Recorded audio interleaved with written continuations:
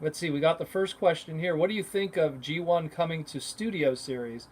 Well, I think it's inevitable and it's going to be coming up in a segment in the future because I made a list pretty much of what is left to do of Studio Series at the time being, realistically, anyhow, before they start to have to go to other areas. I feel, part of them going to the Transformers 1986 well is them wanting to figure out how do we have filler if we ever reach a point where we run out of stuff. Because, I'm going to talk about it in the podcast in the future, but Hasbro in general puts out between 7 to 10 Studio Series product a year, and there's not a lot of movie appearance characters.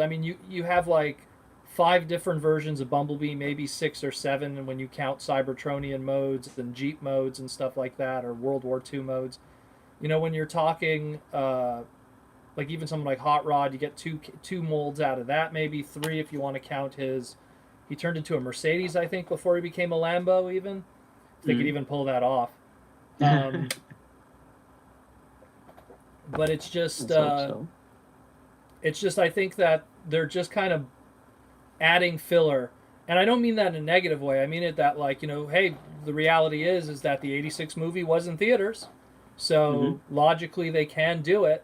And if you have something that has a Studio Series budget and price point, you could kind of go, okay, so Generations is going to be, and you know what? And I said this before, but ever since Classic started and Generation started, it's always kind of been its own thing. It never was the hard, fast rule that this has to be Generation 1 accurate. Yeah, okay, Starscream and Hot Rod were pretty close, but a lot of them weren't. A lot of them were really kind of like, yeah, it's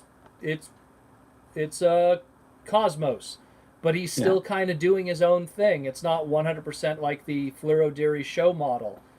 And so I kind of felt that that's what Generations and Classics and Universe and Henkei has always been. And this Studio Series line, when it was just the Michael Bay movies and the Travis Knight movie, it was trying to be movie accurate as much as humanly possible, visually, and to scale. So if they do something that's with the '86 movie and it's following that previous mantra, then it's kind of the same thing. It's going to be something where it's like, hey, we're going to have, like again, like the Cyclonus that was just revealed to us, we're going to have something that's super movie accurate to the animation model. Where, I posted it on Twitter today. It's like, I love that Universe 2.0 Cyclonus, that mold, but it really is its own thing. It really is its own thing. It has these big thrusters on the back, and it's a product of its time, but it shows that there is place for that. There is place to do that. And then, of course, all the future movies that Hasbro will have afterwards will find a place there, too. I think by putting the '86 movie in this line, you're then preparing fans for when we finally get an animated Transformers movie, which we've been hearing about.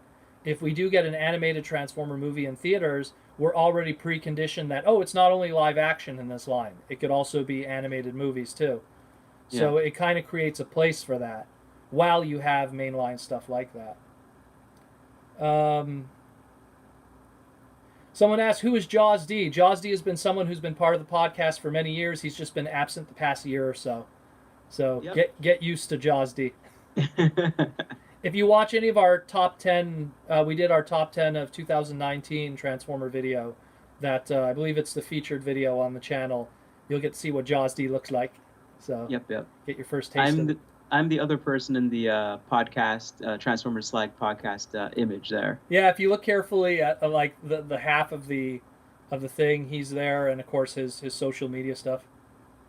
And according to Ninjatron, JawzD is a wonderful mascot character. Which props to I want to just give a shout out to David Cabal with his amazing art today. Was amazing. Well, I had to explain to a whole bunch of people that saw what Botsmaster was, because they were like, why is Protoman wearing Crosshair's goggles? Like his goggles that he has there. And I'm like, no, it's Ziv Zoolander and not the Zoolander movie. Yeah. But yeah, it's big props to him. It's always cool to see people drawing art of us, and Joshua Perez is another awesome person that does that too. We have a question here from Downright Superb. Thank you for the donation, Downright. He says here, Generations were made specifically after IDW. Well, yeah, and especially like when that the Generations line, when it first debuted, was actually for the War for Cybertron video game. Like that was the very first wave of Generations, was like that War for Cybertron, Optimus Prime, the Bumblebee. I think the Jazz was wave 2, if I remember correctly. The Soundwave, the Combiners of Bruticus. Like that was kind of the original intent, and then Generations really then became all of Transformers. We ended up getting a Beast Wars. I think the Cheetor came later. I think that was Universe 2.0, but it kind of became this all-encompassing line of craziness afterwards. Thoughts on Jobby the Hung? I know he's a reviewer, but I'm not big on YouTube reviewers. Like, it's no offense to the individuals. Like, I know the people, but I don't really watch YouTube reviews. Mostly because I kind of have this thing where I want to experience the toy the first time when I get it. And it's very rare that I want to watch someone else fiddle with it, but that's just me. But guys, I like Pia. Pia's a really cool person in real life. I really like him. I've known Vangelis for years. Like forever, way before the YouTube game. Jobby, I don't really know him. Is he good? I don't know. Who's your favorite 86 movie character? Well, I mean, that's pretty obvious with me, for anyone that knows me very well. But JawzD, who would your favorite 86 movie character be?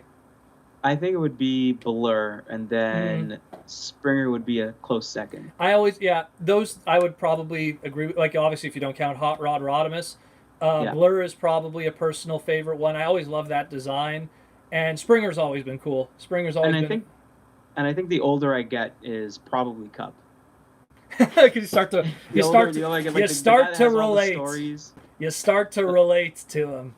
Well, like relate to him a little bit, but then also like all this, like the stories he must have, and you're just like, whoa. Larry he was there doing this and that. Oh, Larry just joined the chat. He says Wendell is the guy who always rides on the roof when we go to TFCon.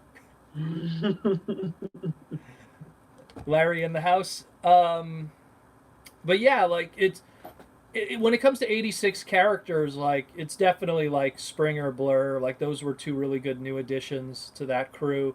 I mean, I like RC too, but I mean, it's like Springer's a really cool one. He's that Han Solo character, and it's kind of a shame how they kind of like, I don't want to say they phased him out, but they kind of downplayed him as fiction continued in animation.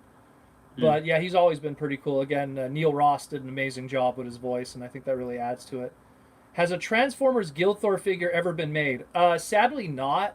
Guiltor, for JawzD might not know who he was in. For people who don't know, the Japanese mangas. Actually, I have a copy of mangas right here. This is that the newer releases. Yeah, Volume 2. I didn't even know Volume 2 came out. It just came out last week. I only found out because of you and Matt Moylan posting up your copies. I was like, what? I didn't even know it was coming out. It is. I will say this again. It is the first time ever an American port of something is vastly superior to the Japanese one. Because I own all the Japanese ones too. Because I thought, oh, this is never going to happen. And I bought the Japanese one, I want to say like in 2003, like years ago. And it took all this time for it to actually happen. But it is amazing. But so Guiltor, or like Guiltar as he was called for years because we didn't know how it was translated, was just this quintesson creation where they took parts of G1 Megatron and parts of G1 Optimus Prime, and it's pretty much an evil Optimus Prime character. That's what it is, more or less, but it was a fusion of parts. It looks more Prime than Megatron, but you do see the Megatron parts there, and it was a quintesson creation that in the end ended up getting possessed by the ghost of Starscream. He causes trouble, ends up getting destroyed, spoilers, and that is that. Will we get a toy of him? I don't know. The thing is that while he does have a transformation, it really, it's one of those things that it's those super obscure characters where you got to ask yourself, would Hasbro want to go that route, or even Takara Tomy? But I mean, it's something I could see third party doing if they ran out of ideas. Something I could see them going, yeah, why not? Yeah, sure, we'll do him. Let's see. Nacho Prime wrote here, does the 86 movie being studio series open up the possibility of getting Prime figures in the line? Well, see, that's where I was thinking about that to myself too, where it's like, does that count like the Beast Wars second movie that they had only in Japan? Does that count the made-for-TV Transformers Armada movie? I think this really is something that's just, it was in theaters in America. Like it's like when you ask people to list Transformer movies, you list the 86 movie, the Michael Bay stuff, and Travis Knight, and then there's the technicalities where it's like, here's this made-for-TV movie, here's this made-for-TV. I mean, Return of Optimus Prime was released on VHS as a movie. You know what I mean? As like a standalone, instead of it being two parts. And on the back of the VHS, they say it's like the official sequel to the movie. You know, like they write it like that, even though it really was. Hey, remember when the original movie made you cry about Optimus Prime dying? Well, ignore that. Exactly, and it was just like, those are all kind of the technicality ones. I mean, technically, the Beast Wars second movie was in theaters in Japan, but it's kind of a different story. So I think that it really is just going, like I said before, I think it's just more conditioning us, going, okay, we could put some 86 characters here, and we condition people that this isn't just live action. When we get to those animated Transformer movies that Hasbro plans to do with AllSpark Studios and all of that, and Paramount, we'll be ready for that, and that'll be part of it. That'll be the place where they'll go for the more high-end figures. Yeah. Because, like he mentions Predacon Rising, which was a DVD movie for the Transformer Prime thing, which was a movie that was part of it. But it was, again, not in theaters, only on TV. I believe it was the Hub at the time it made its debut. But yeah, since they here, Mecha Man Blade said, since they revealed the Hasbro Selects hubcap, do you think that Bumble Jumper or Bumper would happen? I honestly thought, because there was people that were speculating, I remember that after I posted the images in my segment, people were saying how the figure that's face up is hubcap, obviously, because we could see it, and people were saying the figure that's face down could potentially be Bumblebee, and I was thinking, oh, maybe it's even Bumble Jumper, but I don't think that is the case yet. I don't think Hasbro would release two so equally the same yellow characters. They would do something different. They would give a different tinge of yellow. But I would like to see Bumper get a new toy outside of third party. It's an extremely obscure character. Even if you wanted to own the original G1 Bumper, you're talking $100 to $200 to get him. So it's a very obscure, weird character. I believe, according to my knowledge, outside of Alex Milne's Megatron Origins book, he didn't really get much fictional appearances. He actually was in the IDW, in the Dreamwave stuff too. But I mean, it's very limited, very limited. What are your thoughts or reactions on Armada Unicron when he first came out? I was hyped. I overpaid for him. Yeah. JawzD might know the person that I bought it from. I bought it from Robbie, so that was a mistake. A guy named Plastic Junkie in the Montreal community. I overpaid for him big time. I remember when I took him out of the packaging, at that point he had the most twist ties I had ever seen on a Transformer toy to be tied down. There must have been, like, no joke, like 40 twist ties that were holding down. And for the longest time he was posed on top of my television because no shelving could hold it. And he was holding world's smallest, I think at the time, Optimus Prime and Soundwave in both his hands. And I loved that toy. I mean, that was our first, like, official Unicron transforming toy, if you don't want to count statues and stuff and blow-ups. But, I mean, it was a big deal. And that mold got repainted to death and reused 100 times over until HasLab, so... Yep. What did you think of it, JawzD? I don't think I got to mess around with that toy a lot because it was just such a big, expensive piece. Novelty. Yeah. It was such a novelty. I mean, like, I think at that time, didn't you have Ultimate Cheetor from Beast Machines next to him? Yeah, well, that's just TV? It. Ultimate Cheetor and Unicron were both on top of my television just because they were so big. And you have to understand context. You know, at the time, like, Armada is, 2001, 2002. up to that point, the only other big guys were Optimal Optimus, the air attack one, which was also next to them, and the Cheetor, these were like our big supreme Transformers. And I didn't put them on the shelves because they would have just taken way too much space. But they were a big deal. They were a big deal, especially that Unicron. That Unicron was a big deal. And today, that Unicron, I'll just show people where it is today. It's kind of hard to see because of the lighting. He's in the Armada display all the way up there in planet mode, using the Unicron.com stand, which is this beautiful stand that the Lucas brothers made many years ago before third party was third party. Shout out to them. There were two awesome dudes that influenced the way I display my collection more ways than people will ever be able to understand. What are your thoughts or Oh no, I read that one already. Was a Classics gun Megatron good? Was the Classics gun Megatron good in your opinion? You know what? It was a Nerf gun. Which one is that one? Is that the one that's all in white with the purple? Well, yeah, that one. Yeah, that was done like in the purple and greens initially, and then Japan did like a more gunmetal color because they could kind of get away with it. It was okay. I mean, obviously it had to have those big wings on the side, and Hasbro obviously had to do a lot of different things in order to make that even legal, and even then they were kind of going like, you know. And let's put it this way. If it was such a great idea, Hasbro would have tried to revisit it for American retail since. The closest we've ever had since then was there was the Legend scale. They did a Megatron that turned into a little handgun, and that was about it.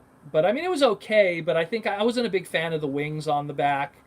And I mean, it was a good attempt, but I mean, if you kind of look at Siege and Earthrise and how they're able to make this really good Generation 1 Megatron robot mode that looks like the animation model, yet it still turns into a tank. I mean, I appreciate that kind of stuff more, like just to have I'd rather have a nicer looking robot mode than have to compromise to make some kind of alt mode and ends up looking kind of ugly. You know? I don't know. I kind of dig it for what it is. I mean, yeah, for what it was fine. That's what we were able to do at the time, and they had to, like, if you look at the Masterpiece Megatron 1 and 2. So, I mean, like, if they had to revisit this, they might come out doing something better. But, I mean, the lore right now is they're okay with Megatron being a tank. Yeah. Going with that G2 Megatron route. And I think for the time, this gun and this compromise that we have for Megatron, I think it's fine. I think I dig it. Well, especially I get it and I dig it. Hasbro, I did a segment about this with you a while back. I remember I was talking about how Hasbro showed once, I think it was BotCon 2013, they showed in a panel, because this was like when it was like knee deep in the G1 reissues, and they were like, well, we could reissue G1 Megatron, but he'd have to be these colors, and they posted this image of like G1 Megatron in like purple and orange, and it's ugly. It is, but they're like that's the only way we'd be able to get away with it. Yeah, because it's like we could do it, but we know you're not gonna like it, and this is what it looks like. Like Japan just has different standards when it comes to toy laws than us. Look, at the end of the day, you'd be making a replica Walter P38, where at least when they did the classics one and later whatever you want to call it, Generations, at least that one is based off of like a Nerf gun. And Nerf guns are always, they're in stores, but they really go out of their way to look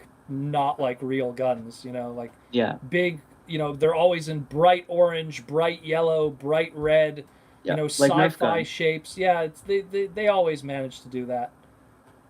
So here we go. So I knew this was going to come up. What do you think of the Top Gun Transformer crossover meant for San Diego Comic-Con? I think it's very interesting. As I mentioned in my segment on the podcast, it's clearly because Top Gun is Paramount Pictures. The movie is coming out in December. Yeah, Maverick, which is literally the name of the movie. It's Top Gun Maverick, the sequel. So part of it to me is also a bit of a publicity thing, because I mean, I don't see like, Hasbro doing like a full all-out like line or something. Although that would have, I almost feel like if G.I. Joe had a legitimate line existing today, it would almost. That's what I thought the Human Alliance line would have been. Would have been G.I. Joe with Transformers, or they would have like G.I. Joe presents Mask and then Transformers with it. Some kind of thing going on.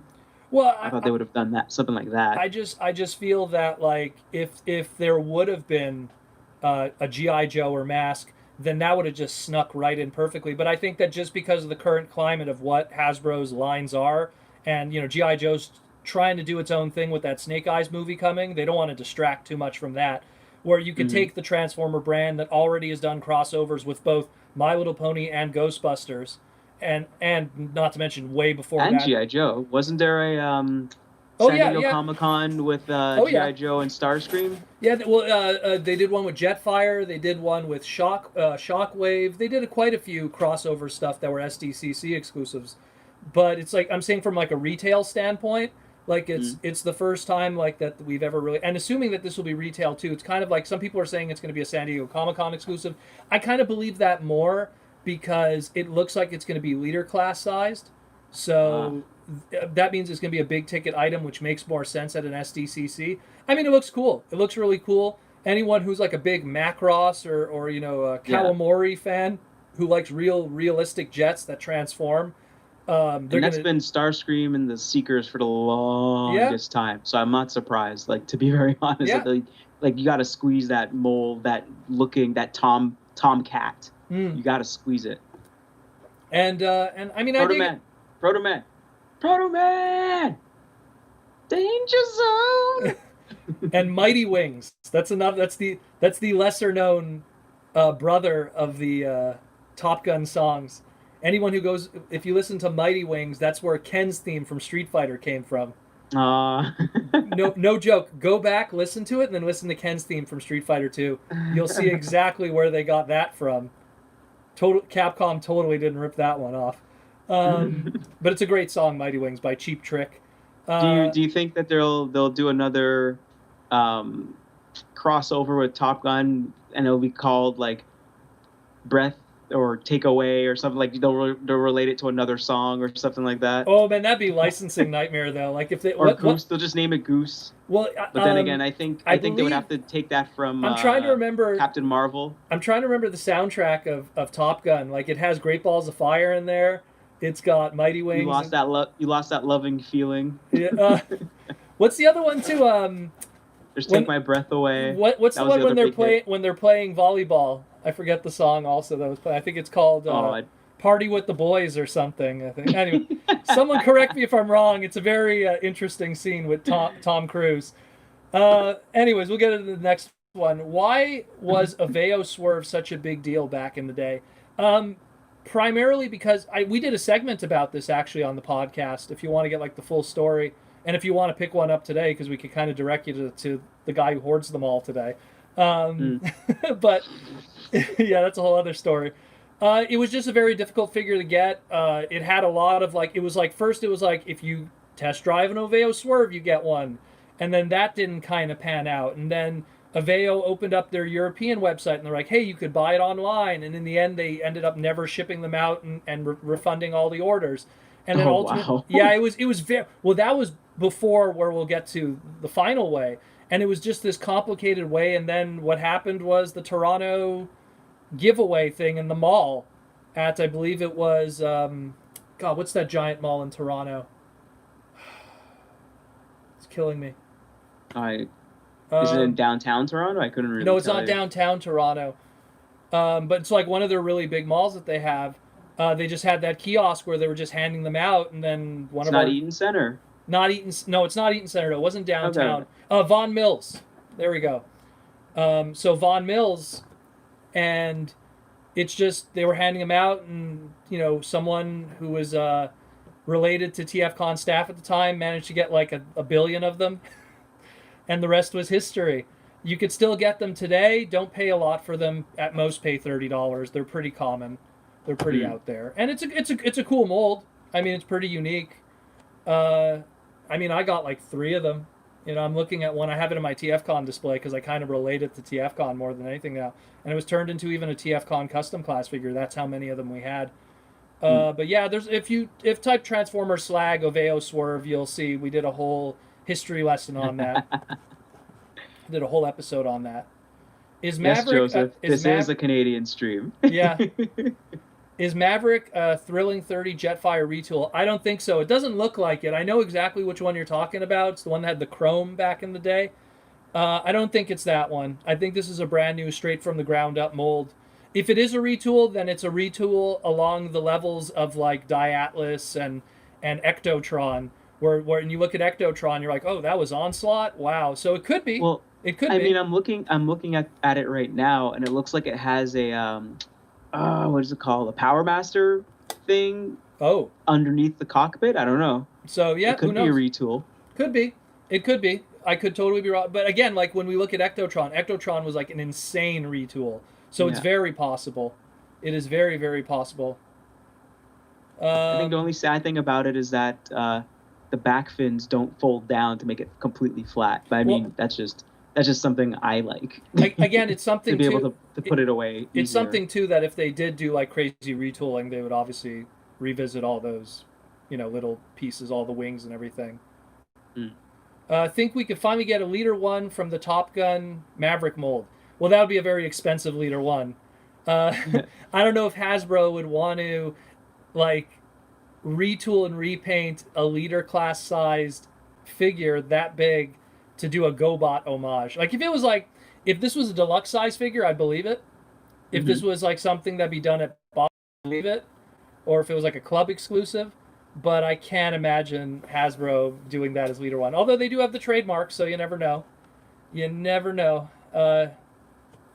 Nacho Prime writes, do you think there's any chance for Hasbro to move on from the same G1 designs and Generations line, or are we going to get the same designs forever? Well, what I think is going to happen is we're going to enter a period where there will be freshness. They'll do something new, and they'll depart. I always feel that whatever is popular in pop culture will influence those designs in the same way how when the movies were huge, like I want to say like 2007, 2009, Revenge of the Fallen, when they were like peak popularity, look how that influenced Transformers Prime and their Mm. designs. And it's the same thing. I think that when we're going to get to, let's say, those Beast Wars movies, when we're going to get to whatever those animated movies will be, whatever they'll do will probably influence the mainstream, and then whatever our TV series is, our generation stuff will be, it'll pull more from that. But that's just my take on it. I mean, they're always going to go back to G1. They always will Yeah. because it's safe, and not to mention John Warden of Hasbro right now really likes G1. Where like when you think of, let's say, Aaron Archer, who came before, he wasn't a Transformer fan before he got into Beast Wars. He knew of the brand, but he wasn't a Transformer fan, and so he doesn't have that tie to G1, much like John Warden does, who was a G1 fan. So it's you have And freshness as opposed to someone that really likes G1.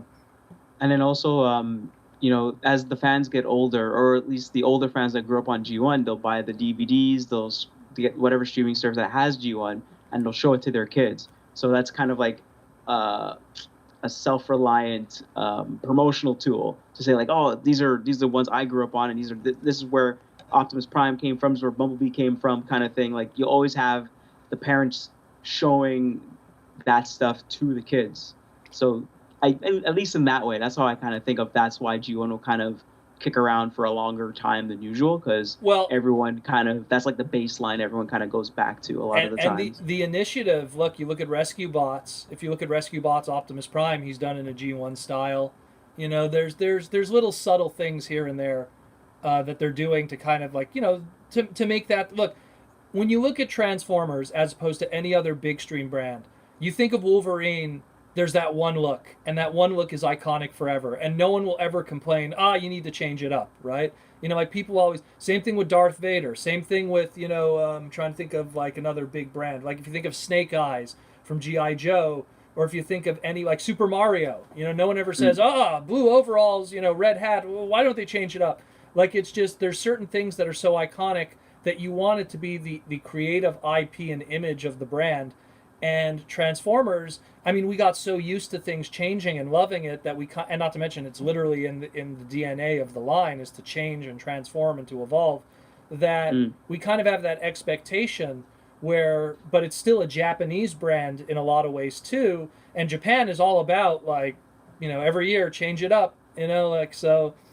it's a weird problem that's like a tug and war, I imagine, that probably happens from internal, where they go like, do you want to constantly change the face of the company every year? Like imagine like, Marvel, who relies on how Spider-Man looks every year and his iconic look, and he's the logo of the brand for many years, and yet what he is in mainstream constantly changes.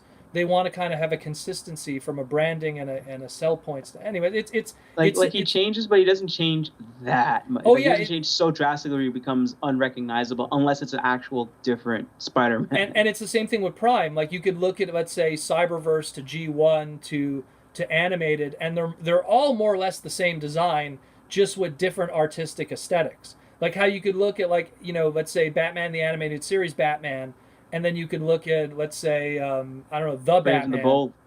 Oh, Brave and the Bold, yeah, or the Batman, and it's all really just the same design, just different designers that are kind of like, it's like Paul Dini's, Batman the animated series with Bruce Timm is Yeah. Derek Wyatt's Transformers animated to, let's say, I'm trying to think of, the Super Friends Batman to G1 Optimus Prime from 84, 85. Like it's the same design, but it's different designers. But they want to keep that same general shape for branding, because you want people, when you think Optimus Prime, you think that. You don't want to get it mixed up. You want that kids, when they see Optimus Prime, they see the same thing every time. It's the same thing with Ninja Turtles, the same thing with a lot of stuff. They're very scared to change things. And Power Rangers had that problem too. There was hesitation to go away from the dinosaurs for the longest time, and they wanted to keep those. But yeah, anyways, that's a whole other story in itself. We have here another donation question from Downright Superb. He asks, will we ever get a Beast Wars toy line trilogy not based on a movie? I would like that. I think that, talking about change, if you want to talk about going in a different direction, having stuff look different, Beast Wars would be the best example of that. The only difference is I think that they would tackle Beast Wars in a very different way than they did back then, where I have that image that I always circulate around, where it's like, if Beast Wars would have, like, if 1995 Beast Wars would have came out today, Cheetor would have been called Prowl, Rhinox would have been called Ironhide, Pterosaur would have been called Starscream. Like I could go on and on. Grimlock would have, Dinobot would have been called Grimlock. They would have just kept all their IPs and put them onto those characters, and they just would have been departures of the names of those IPs. Today, it's like, okay, if they're going to revisit Beast Wars, are they going to really dive deep into those IPs and trademark them? Some of them are already trademarked anyways, but it's like, ones like, Pterosaur hasn't been trademarked for years, and for them to re-trademark that for Pterosaur or Black Arachnia, like, that hasn't been trademarked. Actually, no, it got trademarked recently for Tiny Turbo Changers, so that one they actually have. Again, that's the funny thing. Wasn't it also Black Arachnia wasn't also trademarked for okay, but animated also for okay. Yeah. Oh, okay, other things. Okay. Yeah, but it's just like it's complicated with that. I would love Beast Wars. I would, but part of me would also be very curious how Beast Wars toys would be made in the current budget of how Transformer toys are done today. Like, we've yet to really see like an organic character. Like, look at Cyberverse Cheetor and how that was done, and I hope that Beast Wars wouldn't be a representation like that, because that was not exactly the best Beast Wars retail toy, so to speak. So it is what it is, but it's something I would love to see, a Beast Wars trilogy. But I think that they'll probably what I would imagine is, if we do get a Beast Wars, like, I guess, injection in this generation's kind of War for Cybertron thing, I think it'll be one chunk of it, in the same way we got, one year was Pretenders, one year was Headmasters, one year was Combiners, and there'll be residual of that, meaning, like, we'll go into the other years and we'll still get a Headmaster or a Combiner piece here and there once in a while. But in general, I think that it might be just a one-year thing. But who knows? Again, what if the Beast Wars movie is a gangbuster success? Then, like I said, that's going to influence everything. That's going to totally take care of everything in the long run. Yeah. What else do we have here? Questions. How did the West find out about G1 Japan when the internet wasn't big like Master Force Zone, Victory, etc.? So, certain areas of South America and Mexico and some areas in the west coast of the United States that had specific channels. There was this one channel called Star TV. And Star TV was primarily, to my knowledge, it was Samoan and Filipino in content. And a lot of the stuff that would be on that channel was stuff of that origin. And Star TV played dubbed episodes, which we call today the Singapore dubs, of Headmasters, Master Force, and Victory. And so if I had to say when the first time people in America learned about it, it was that. That was the first time, those terrible dubs of those episodes. And then, of course, by the time, BotCon 94, 95 came around, the internet was in its early infancy in 94, 95 through America Online and later on Netscape and everything else. Then everyone knew, especially when Azusa and the Japanese guys came over with their stuff. Everyone's like, who is this Star Saber guy? That's kind of like, but yeah, and the reaction, I mean, I thought it was the coolest thing in the world. You take Japanese writing style where you're not afraid to change things and kill off characters, and you don't have to worry about like repercussions for killing off characters on television. Like I thought Master Force and Victory especially killed off a lot of characters, mid-season and everything. Characters like Death Cobra, and even Yuki's parents, like that kind of stuff that you just would not see in regular television, let alone from Transformers. And so it just made Victory seem like this extremely badass series. So it sounds like you're talking about like Gundam there, yeah, where it's like this is an actual war and people actually suffer consequences. Well, that was just it. It was the Japanese. Well, not to mention too, Sunrise, which did all the Gundam stuff, would later on do all the Brave stuff too. So like it's that kind of writing style, it's that kind of storytelling that we just weren't used to as American viewers. And especially like by the time people learned about Star Saber and stuff was around the same time that we were still watching like Beast Wars Season 2. That's when it started to really become well known in the fandom. I'd have to say about like 96, 97, where everyone at least kind of had an idea of what Transformer Victory was and these characters. And everyone thought it was at least people with the internet. Yeah, well, that's just it. And they just thought it was the coolest thing ever, And of course, like the influence of those Japanese only characters started to really show their head by the time we got to Armada and Energon, where some of those characters got homages in their material, like again the Star Saber sword and Wing Saber and stuff like that, especially. Let's see what else here. Larry Reed wrote, messing with the TCG Wave 5 cards. Those are coming in the mail for me soon. The Transformer TCG guys sent me a case. I'm still waiting for them. David Cabal is here. David Cabal wrote, JawzD and Protoman and JawzD and Protoman. Do you guys own any Marvel Legends? What do you think of those? I own quite a bit of them, but I'm very picky about which ones I own. Obviously, I have the Thanos, I have the Silver Surfer, I have the Black Cat, I have the Silver Sable that I was super hyped about. I have the Guardian because you're Canadian, and if you're Canadian, you have to own Guardian. It's just written in our Constitution. If you don't buy it, you actually go to jail for 3 months. Who else do I have from the Legends line? I own quite a few of them, but like the ones that are like really stand out. The problem is they're very expensive in Canada, so I always try to get them when they're on sale and everything. And who else did I get? I know I got a few others. I'm just forgetting right now. I have a whole bunch of big. I don't have any Legends. I think I liked the smaller. What was that other smaller line? The 3-inch line. The 3-inch line. I have tons of those. I have almost every main Marvel character from that one, for sure.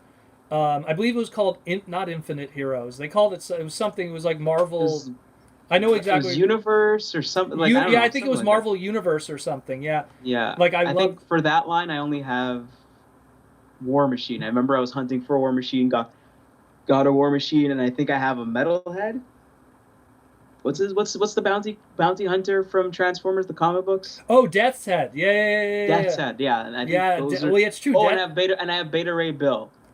And I have Beta Ray Bill from that line. But the Legends, no, I don't really. They're very. I haven't really got into Legends. They're very expensive in Canada. That's the problem. I think they're $29.99 Canadian plus our taxes. It's the same thing with me. Where it's like if I want to get one, it's got to be a character I really want to get. And like when they did the Silver Sable, it's like Silver Sable had like one other figure in her entire history, and that was a character I really liked. So it was really cool to get her. What about that? Oh, it was Revoltech. That's it. There's like a line of Marvel toys. Those ones. That's Revoltech, and I have the Deadpool of that. Those are almost kind of based on the, like I almost feel like the Marvel Capcom aesthetic. Like that's how I feel like those look.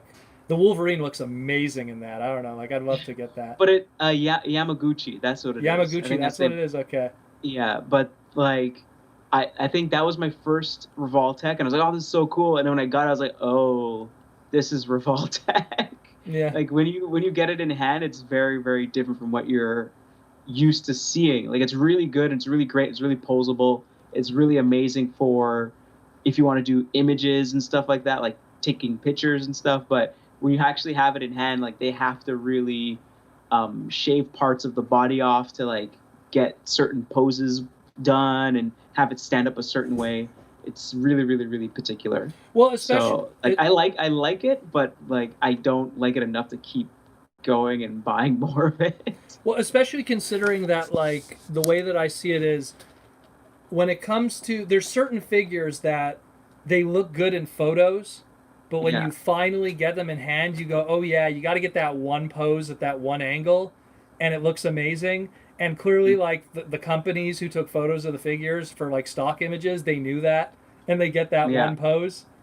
And, I mean, but, you know, the same argument is most of us, we find that one cool pose and we leave it on our shelves anyways. But yeah, exactly. I mean, it's that particular line also did Kinniku Man as well. Yeah, oh, well, yes. I have quite a few of those, actually.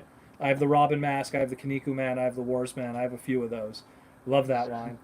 Let's see what else we got. Yes, it is a Canadian stream. We are from Canada. But, you know, again, we're right on the border with you guys, so we could practically, you know, reach over and touch you if we wanted to. The mobile game Transformers Earth Wars has a couple of characters unique to that game. Yeah, I actually play Earth Wars a lot still. If you want to join my, I believe it's like my guild that they have in it, let me know. I'll hook you up with the information. Just ask me on Twitter or something. I play that game still to this very day because it's one of those games where you just kind of like set some stuff to build and then you come back 8 hours later. It's one of those games, kind of like Simpsons Tap Out or whatever. Oh, yeah. But it actually has like a little bit of a RTS strategy to it, so I kind of like it. Let's see what else we got question-wise. Let's see. I think there's still more STC exclusives that have not come yet. I agree. Yeah, there's probably more STCC exclusives that are going to be announced. Again, without STCC happening, I think that's why all these leaks had happened. They just need a platform to put it out there. And I guess, you know, because think about it, we've been pretty good the past couple of years when it came to leaks and everything of the toys physically. And only recently now, it's like because of this, everything that's happened, I think like maybe even the guys in the factories are just going like, look, you know, no one's going to get mad. It's not like they were going to reveal it at a panel at San Diego Comic-Con because it's not going to happen. Yeah, it's true. Or Toy Fair if it happens at all. That's still later in the year, but I mean, it's still too far away to call. You don't think they would just do like a virtual one? I guess not. You know what? I could see that. I mean, I know in the past, like when they used to do those panels, we'd have a virtual version of it on TFW 2005, where Soul Fury used to be the man who would kind of be hosting those. And I mean, so I could kind of see that happening. There's been quite a few virtual panels from IDW and everything, but I think that, I don't know, I guess maybe there's just a different mentality. With G.I. Joe coming back, do you think there will be a Transformers crossover with them?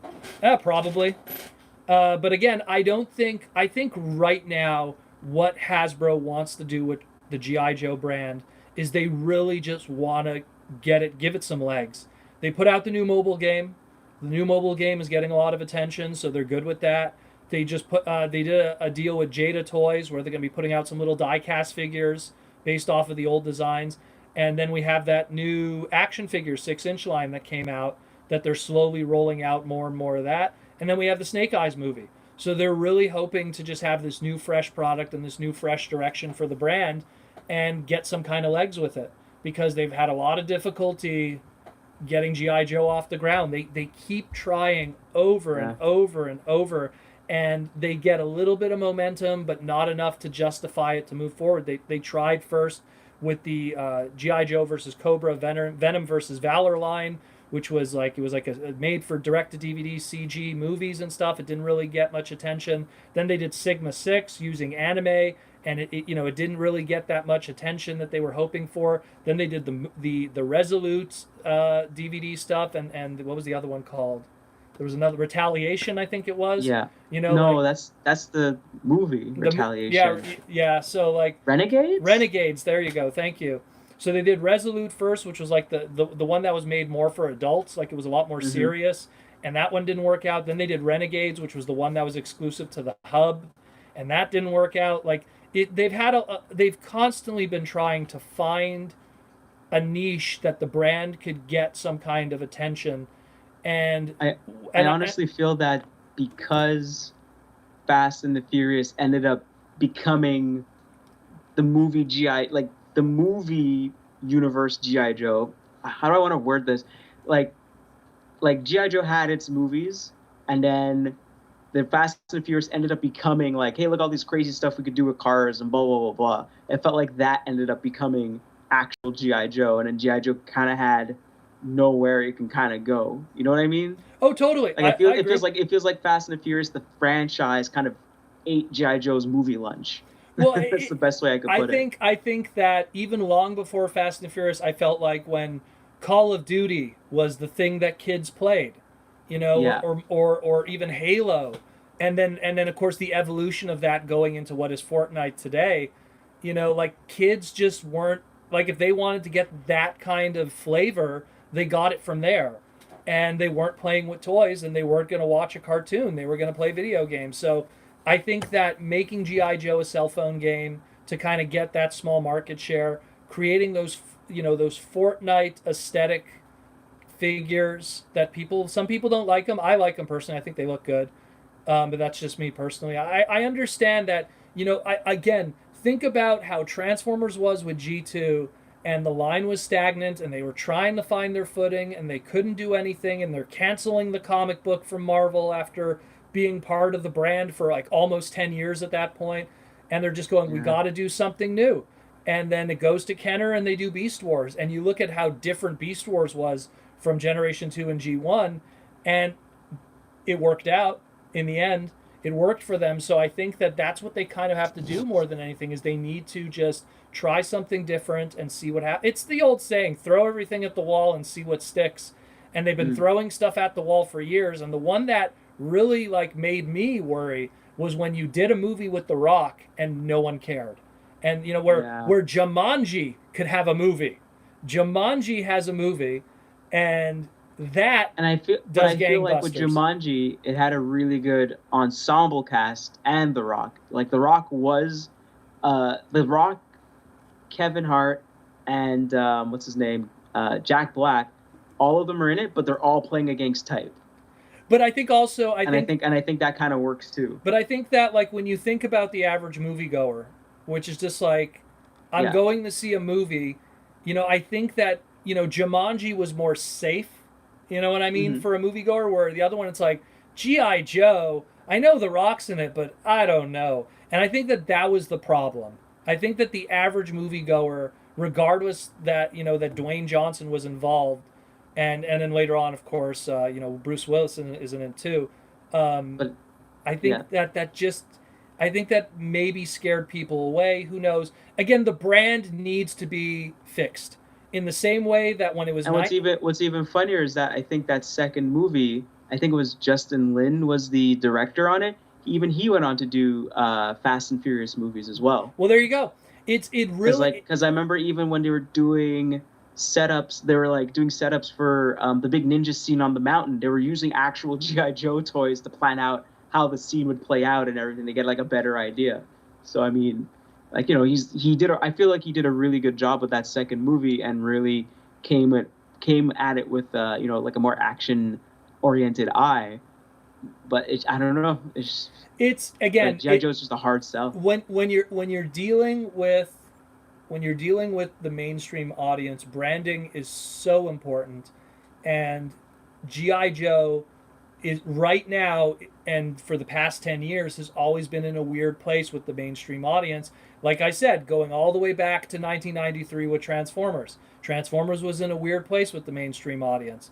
I totally credit Dreamwave Comics putting out those Transformer comics, those being the number one selling comic for like, I think it was like 5 months in a row, which is like a big deal against Batman and Spider-Man and stuff like that, especially in 2002 and 2003 when they had movies. You know, you have a Spider-Man movie, an X-Men movie. So that really was the launching pad where G.I. Joe, even in the comic book scene, and I love the G.I. Joe comics that were done by Devil's Due and right now by IDW. I love what they're doing. But they're in a weird place with the mainstream audience. And the hardcore fandom only takes you so far. It really does. It's you gotta expand. Well, it's when you're a Guardians of the Galaxy and the mainstream audience loves you. And you're Guardians of the Galaxy. You know what I mean? Where you don't need to be something that the nerds love. You need to be something that the mainstream loves, that the nerds will hopefully love also too. But at the end of the day, when you're a company, that's, you know, it's all numbers. And G.I. Joe just never, like, I don't hate the G.I. Joe movie that The Rock is in. I actually quite enjoy it. I think I think it's pretty good actually. But evidently it just didn't do well enough. And of course it had its toy problems, and there's a whole history with that also. The toys were released too early. It had the Tron issue, as I call it, but that's a whole other story. But well, I'm a little bit disappointed that we didn't get to find out how The Rock became a part of the Ninjas because of the toy line. Yeah, like yeah, all of that. Like again, it's a shame. Let's see. Let me see what else we have question wise. Hold on, we have one here that's. Everything shifts down. Sorry if I'm falling. If I look to the side, guys, because I'm trying to read your questions here. We have a question here by Brandon. What's a Transformer toy you hate that everyone likes? And what's a Transformer toy that you like that everyone hates? That's a good one. Man, I wish I had time on that one. So let's start with the first one. What's a Transformer toy that you hate that everyone likes? That I hate that everyone likes. Oh my goodness. I don't know. That's a tough one. And I have, and you know me, I got kind of everything. I could say that there's some stuff that's a little overrated, but I mean, I don't know. I guess maybe some of the Studio Series stuff I think is, and I don't want to say hate because hate's a strong word because I mean they're not terrible toys, but I almost feel like they kind of don't serve a purpose when, like a Studio Series Barricade when a Masterpiece movie Barricade exists, you know what I mean, or a Studio Series what do you call it, Jazz, you know, when you when you could get the Masterpiece Jazz, like stuff like that, I guess. But again, I could see that because it's just like, man, I remember how kind of lame that deluxe Jazz was, and then why are you gonna give it to me again with better paint apps? But it's basically the same transformation. But at the same time, you know? I can't hate on it because price points exist today now, so that that everyone gets a chance. You know, it's there for a reason. The person who can't afford Masterpiece could still get the Studio Series. The person who can't afford Studio Series could still get the deluxe. You know, from 2007. Like I don't know. There hasn't been really, like, I know a Transformer that I hate. I know I have one that I hate. But I can't say that anyone else likes it, and it's anything that has GPS, essentially. Like Beast Wars Neo Randy, like, try transforming that thing. That thing's going to crumble in your hand. But show me someone that thinks that toy is amazing. You know, like obviously the mold is great, but then you just get Razor Beast, like Will Smith said. He's been looking forward since October, you know? For anyone that gets that joke. But I don't know. And for one that I like that people hate, that I could probably find one, because I like a lot of terrible stuff. Let's see. There's a lot of ones that I like. Look, I like GoBots in general. You know, and I know a lot of people that don't like GoBots. I'm trying to think of something that I like but everyone hates, and I don't know. I have more discerning taste and just very like I'm just always making sure like don't buy everything. Buy the stuff that you actually like. And Well, it's usually pretty. like, to give an example, and I don't know if it's the influence from my father, but I really like the Transformers RPM line, which is like the die-cast cars. And I have like almost all of those, like almost every variant of those. And a lot of people aren't too crazy about those. They think they're kind of dumb and a waste of time because they don't transform and stuff. And I respect that. That's fine. But at the same time, I understand why that line also exists too, because Cars was huge. And people were buying die-cast cars, and by cars I mean the movie Pixar. So and they capitalized on it. And look, the RPM line lasted for 3 years and had tons of releases. Somebody was buying them, wasn't just me. So you know when something isn't good and doesn't do well, Hasbro pulls the plug on it pretty quickly. You know like even something like Bot Shots, like it lasted I think a year and a half before they pulled the plug on that, and they did that because of Bakugan and stuff like that, and Beyblade. Not so much Beyblade, but more Bakugan. But yeah, that's a tough one. I don't know. Maybe for me it might be. That's a tough one. I think everyone had a thing for Creos, and I just didn't really get into it that much. I just bought the Jazz, and I was like, yeah, okay. I would say probably Creos. I think the best thing that came out of the Creos was the creativity of the fans that made better looking stuff. Yeah. You know, I think that and the fact that I can't even hate on Creos then. In that point, I can't even hate on them. And the fact that Creo was still compatible with Lego. So you could, you were always able to still, even though Creo's discontinued, you could still branch out with the Creo stuff. Like, the thing is that you like all the Creo big sets, and I have a lot of them. Looking at them right now, you could at least take off the heads of the giant robots and put them on basic Lego pieces and still build crazy builds and stuff. So at the end of the day, like that's a tough one. That's a question I'd have to really think deeply about and come back to you on that one, because like it's something one day I'm going to be staring at the wall and be like, it's that figure. Oh, why didn't I think of that figure? You have the whole Bayverse like looking at you right there. I'm sure. But you know what's crazy? Like a lot of them, like look, to give an example, I'm not a big fan of like the fast action battlers, but I don't think there's anyone that likes them either. You know, like I think I got maybe some of the Beast Machine stuff, because they had that whole mentality of they shouldn't have feet. They shouldn't have feet, and that made it very difficult for them to stand. And like if you have a toy, like they didn't come with stands at that time. Stands weren't like like to hold something up above the ground. That wasn't even a concept at that time. Once again, and I don't even think model kits had that really yet. Once again, Unicron.com in 2001 made stands back in the day. My goodness. Yeah. For Beast Machine toys though. They made for I want to say Black Arachnia and Thrust. They did. I could be wrong. I wish the Lucases were here to correct me. But they were like they were much later. They were later. They were like 2 years after. Even the difficult part about that, me saying that, like, I think Beast Machines. But again, it's not like everyone loved Beast Machines. It's quite the opposite, actually. Exactly. So that doesn't even work within the question. This is difficult. That's why I'm having difficulty answer it, because there's a lot of stuff that I'm not too crazy about, but a lot of people share that belief with me. Like, again, fast action battlers from the movie line. A lot of people are going to share that belief.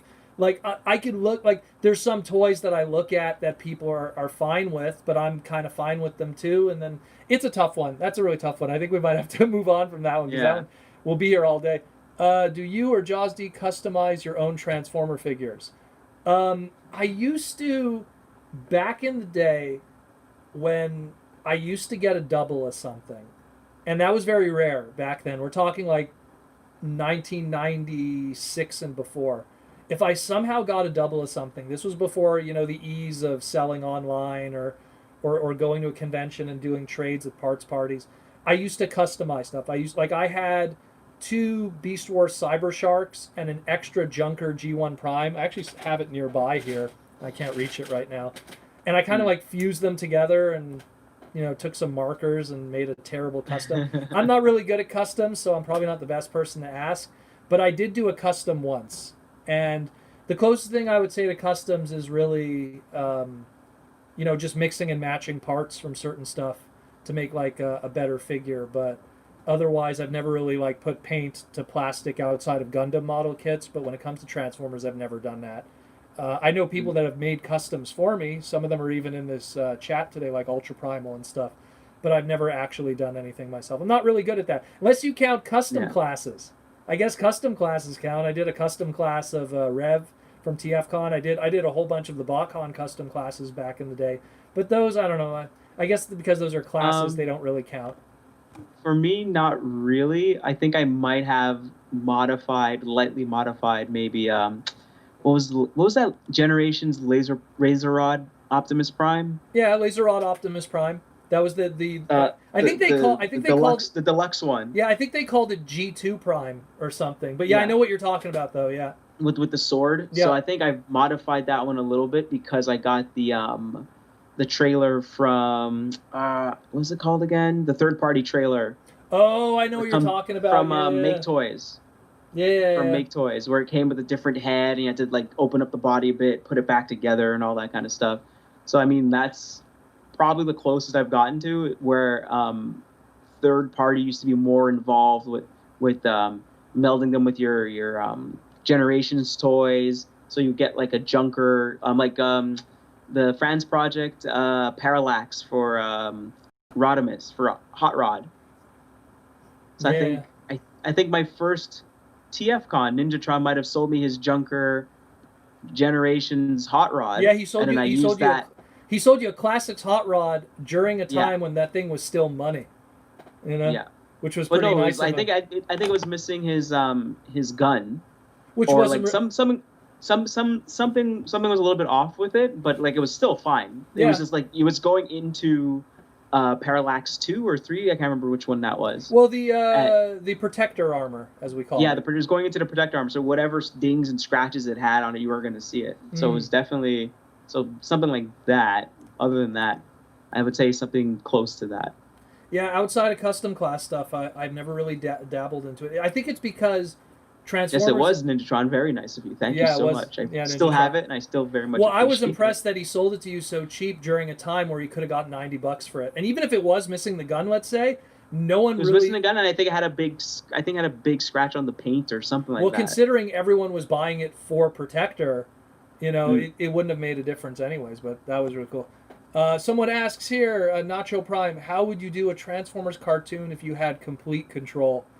I've said this many times. I'd do a war story on Cybertron that is 0 humans, and it wouldn't even be a pre-Earth story, because then that would lead them to Earth sooner or later.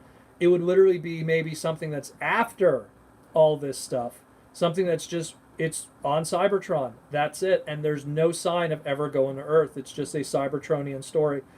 I'd have to flesh it out more from a Bible standpoint for it to be a series, but I think it would be key characters, like I call it Legendary 7, Optimus, Megatron, Starscream, Dinobots, Bumblebee, who do I forget? Soundwave, Devastator, those 7, and just have those, flesh those out, obviously pepper it with some other fan favorites. You throw in a Bludgeon, you throw in a Jazz, you throw in maybe not Hot Rod, but maybe Ultra Magnus down the line, create a brother connection with Jazz and Optimus Prime. That I've always, in my head canon, they will always be brothers. I've always saw them as like, they're like two bots cut from the same mold, It's just one went left and one went right, like that's how I've always felt. One, wore armor and was much more of a cop. The other one was more of a leader, but also was more loose,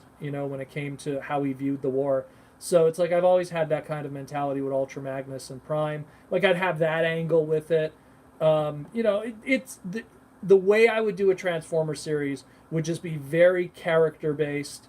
Obviously, if it still would be able to sell a toy line, because I would obviously tackle it from a nature where you do want to use the characters that'll sell the best for toys, but you could still have a line that has all the best-selling toy characters and throw in the weird stuff that still appeals to. You could still throw in Nightbeat, you could still throw in Bludgeon. You could still throw in, like, who's an obscure character that people enjoy, like I don't know.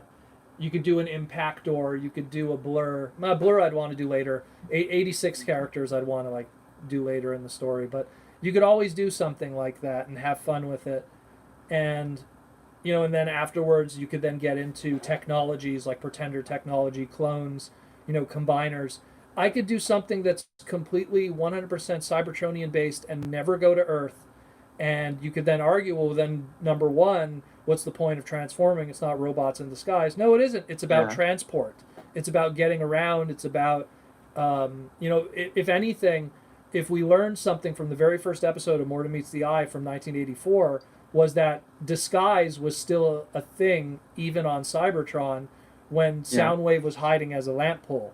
So exactly. So you could kind of almost try to interplay that with the Decepticons, and it then really plays into their name, Decepticons, because of deception, where the Autobots, they turn into vehicles that move around. There's not much hiding with that, but the Decepticons turn into everyday objects that are common to Cybertron, and they could use that to their advantage from spying. There's so many layers that I could write with that, and I feel like I'm giving it away now to someone for a fanfic, but I mean, that's one way I would do. That's one of many ways I would do it. But anyways, what do you got?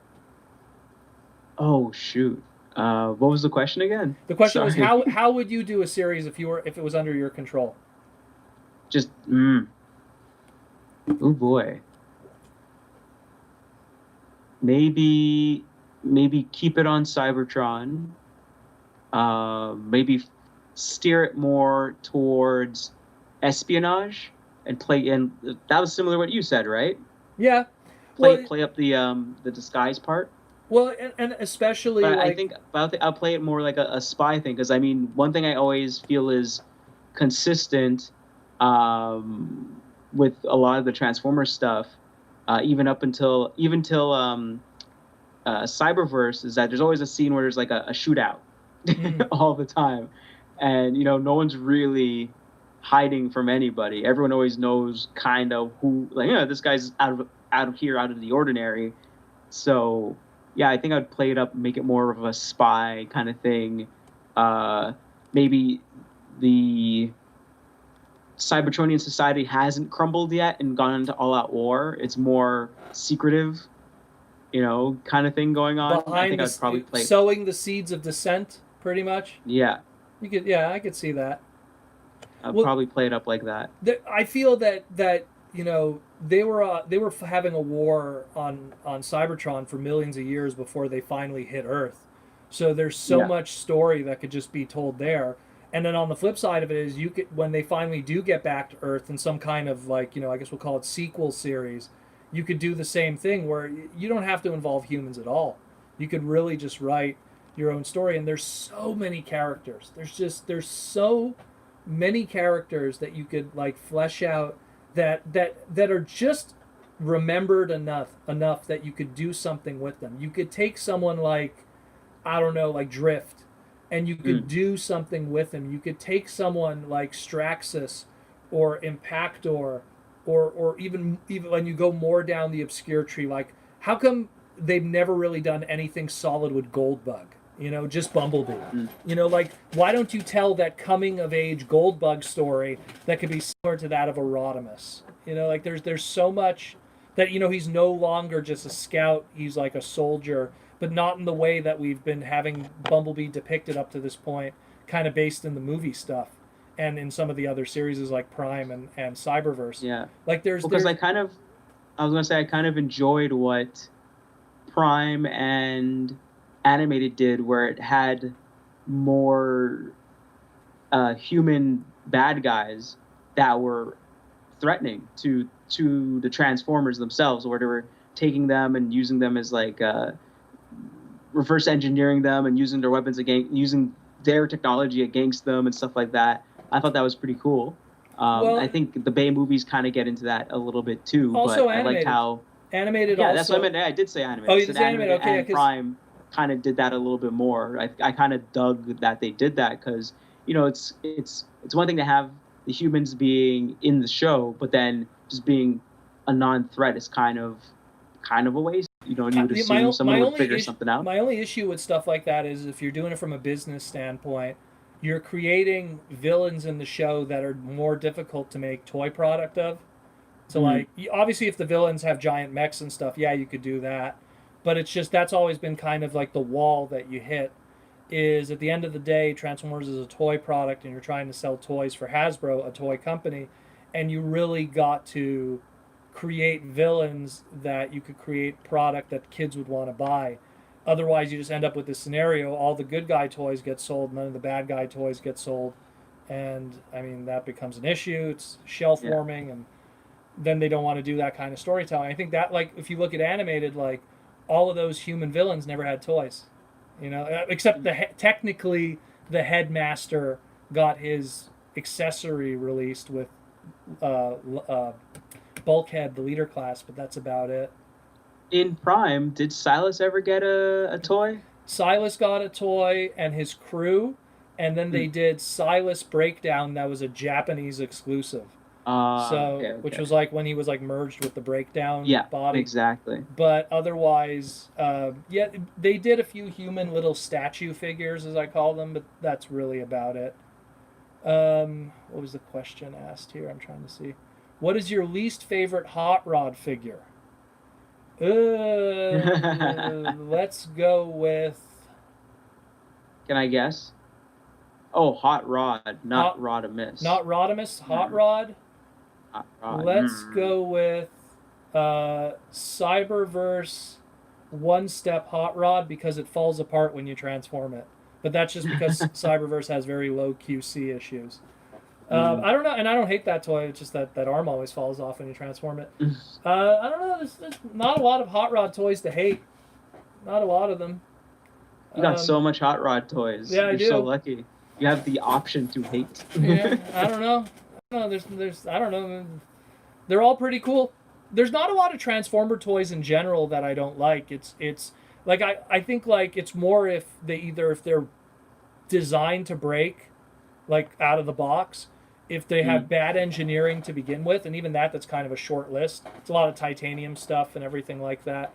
Or like, again, like the case of the Cyberverse Hot Rod, this thing right out of the package, the arm falls off because the plastic that's used with it is pretty low tier. It's SMABS, which is like the same plastic that's used with bootleg toys, and I have no idea why Hasbro's using that, but that's just how it is. If it's a low price point toy, and China's a big market now, they just go, I'm very curious to see how those toys are going to be in 5-10 years from now.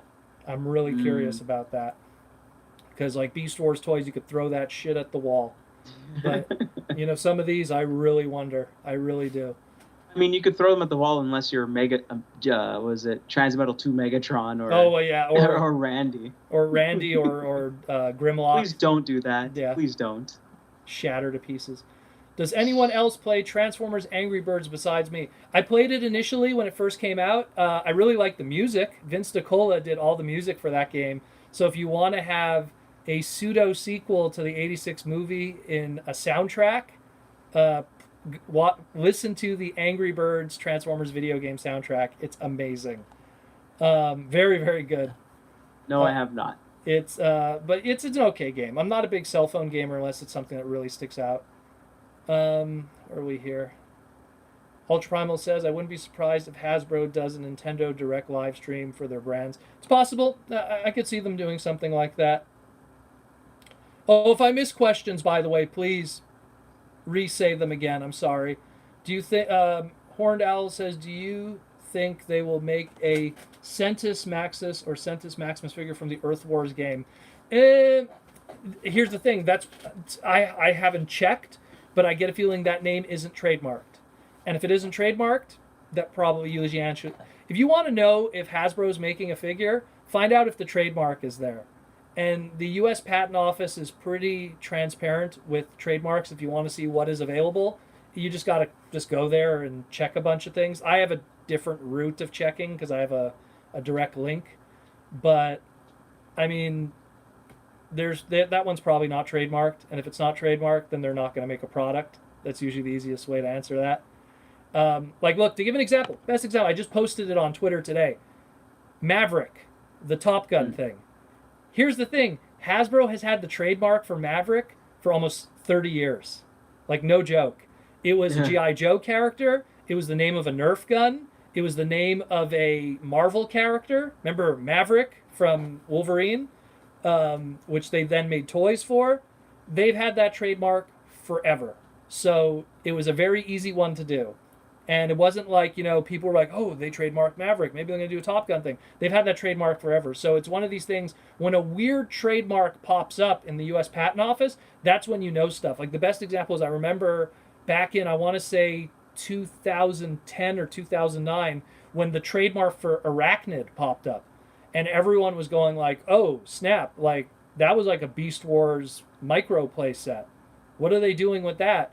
And we didn't know, but all we knew was an Arachnid is coming. We didn't know what it was, but something was coming. And then what happens? We ended up getting the character from Transformer Prime.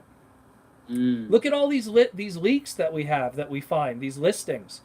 All of those listings that we have in those leaks, they came from trademarks being patented and then listings put into UPCs way ahead of time for the stores. Way ahead of time. So that way they know the name of the product and they're ready to go. So that's always your cheat sheet. So it's like, are they going to do X? Well, does X exist in a trademark? And then you'll know. Where are we here? Let's see, next. I price checked Aveo Swerve, too expensive for me. Well, how much was it? I don't know. Let's see. Oops, slid down here. Let's see what else. Trying to find. Sorry, guys. I'm just trying to scroll back up here. Where are we?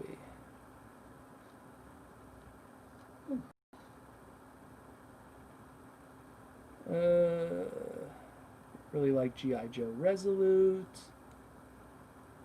I hate Siege Impactor, says FC.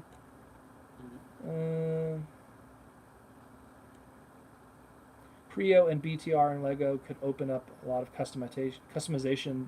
You know what? BTR had a lot of weird shaped blocks that were unique only to BTR, and I'll give them credit there. So if you're like a Lego collector who likes unique blocks, that's a line to look into. But I think Hasbro was too, unique, and I think that's what scared people away. I think what was also kind of a sad, unused Lego tech or brick tech was, remember the Tenkai Knights? Yes, the transforming bricks. Yeah, and I feel like that was like a missed opportunity. They did that with Mega Bloks with the Pokemon brand also. Yeah. They were making these transforming bricks at one point. David Cabal says, Protoman JawzD, can we get a tour of your other toy collections? Oh, man. In the future, we will. I want to revive the Proto Retro channel and start doing stuff outside of Transformers on that one, and keep the Transformer stuff on the Transformer Slag podcast channel. So I'm going to do definitely more non-Transformer stuff on that one. Where are we here? Let's scroll. Here we go. Hey, Proto and JawzD, first time commenting on your cool show. Question: do you see or think Takara Tommy will ever do MP combiners or MP Dinobots? So when it comes to Masterpiece combiners, the first combiner we actually are going to get is we're going to be getting Raiden, the train bots. They have plans to do that. It's just all of that got derailed, no pun intended. All of that got derailed because of the Big V and the COVID and everything. So we are going to get combiners. It's going to be Raiden from Headmasters. How that's going to look, how the budget is going to be with that, we have no idea. But it shows that they are entertaining the idea of combiners. If that is successful, if there's interest, if the way that they roll it out works, there'll probably be more. As for Dinobots, totally. I could see it coming one day. I think that they're just people need to. One thing they need to understand is Hasbro, like they literally have this like this super long like perspective. They have this super long perspective of like, okay, here's our game plan for the next 10 years, maybe even 15 years. And they slowly are seeding everything over that span. And I think that that's just it, is that it's like, Jazz, the Dinobots, Galvatron, some of those ones where people are going like, where is that? It's just them going like, look, we're going to do this in this year, we're going to do that in this year, we're going to do that in this year. And that way they can have product for the next 100 years. It sucks for us because some of us want it now, but for them as a business, their logic is you put out a masterpiece, you make your millions of dollars from that one masterpiece. You have to understand from their perspective. To us, it's like, oh, we paid, we spent our $200. We bought our masterpiece. We're good. When's the next one? Their logic is they put out that one masterpiece, they make $200 million, and then they're good for the year or 2 years. They're like, okay, that's that one masterpiece product that made us money. So it's from that perspective, you have to look at the long run for them. It's the same thing like what I was talking about with Studio Series. They really want to pace it for the long run. You can't give everyone everything at once. Do I think we're going to get them? Of course we will. When are we going to get them? That's a different story. That is a whole different story. If you can't wait, that's what third party's there for. And third party has made millions of dollars off of those people who can't wait. Literally every single character you could possibly think of has 3 third-party versions of it waiting for you to buy. So that's definitely it. JawzD can't answer back because he just went to the bathroom for a second. He'll be back. Let's see, where are we here?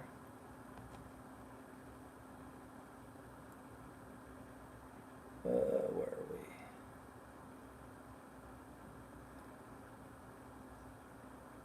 Most of the animated human villains was filler. Yeah, I agree.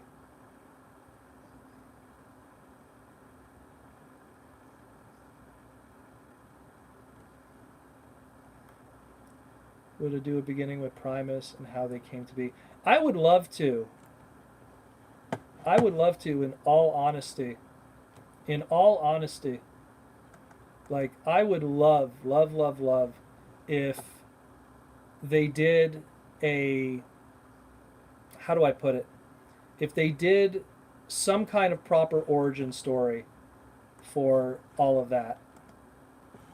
I really would. I would really like it if they visited that which is like the beginning of Cybertron and give that origin story. But I think Hasbro also wants to play coy with it. They want it to be kind of, what's the word I'm looking for? They want it to be mysterious. They want to play coy with that.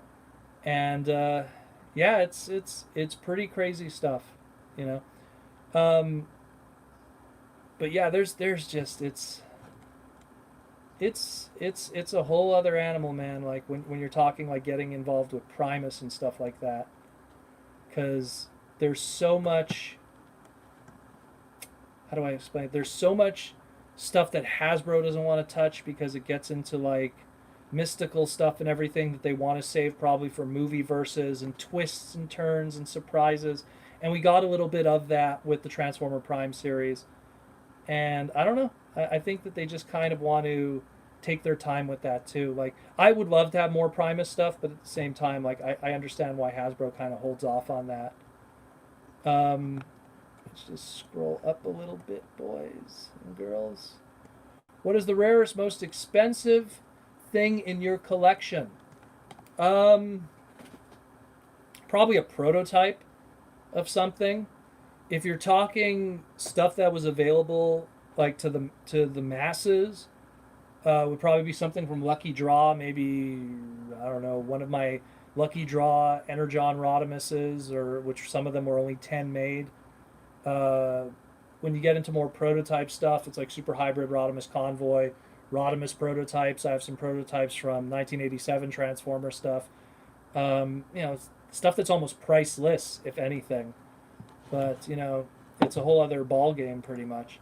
When it comes to that, there's so much. There's so much.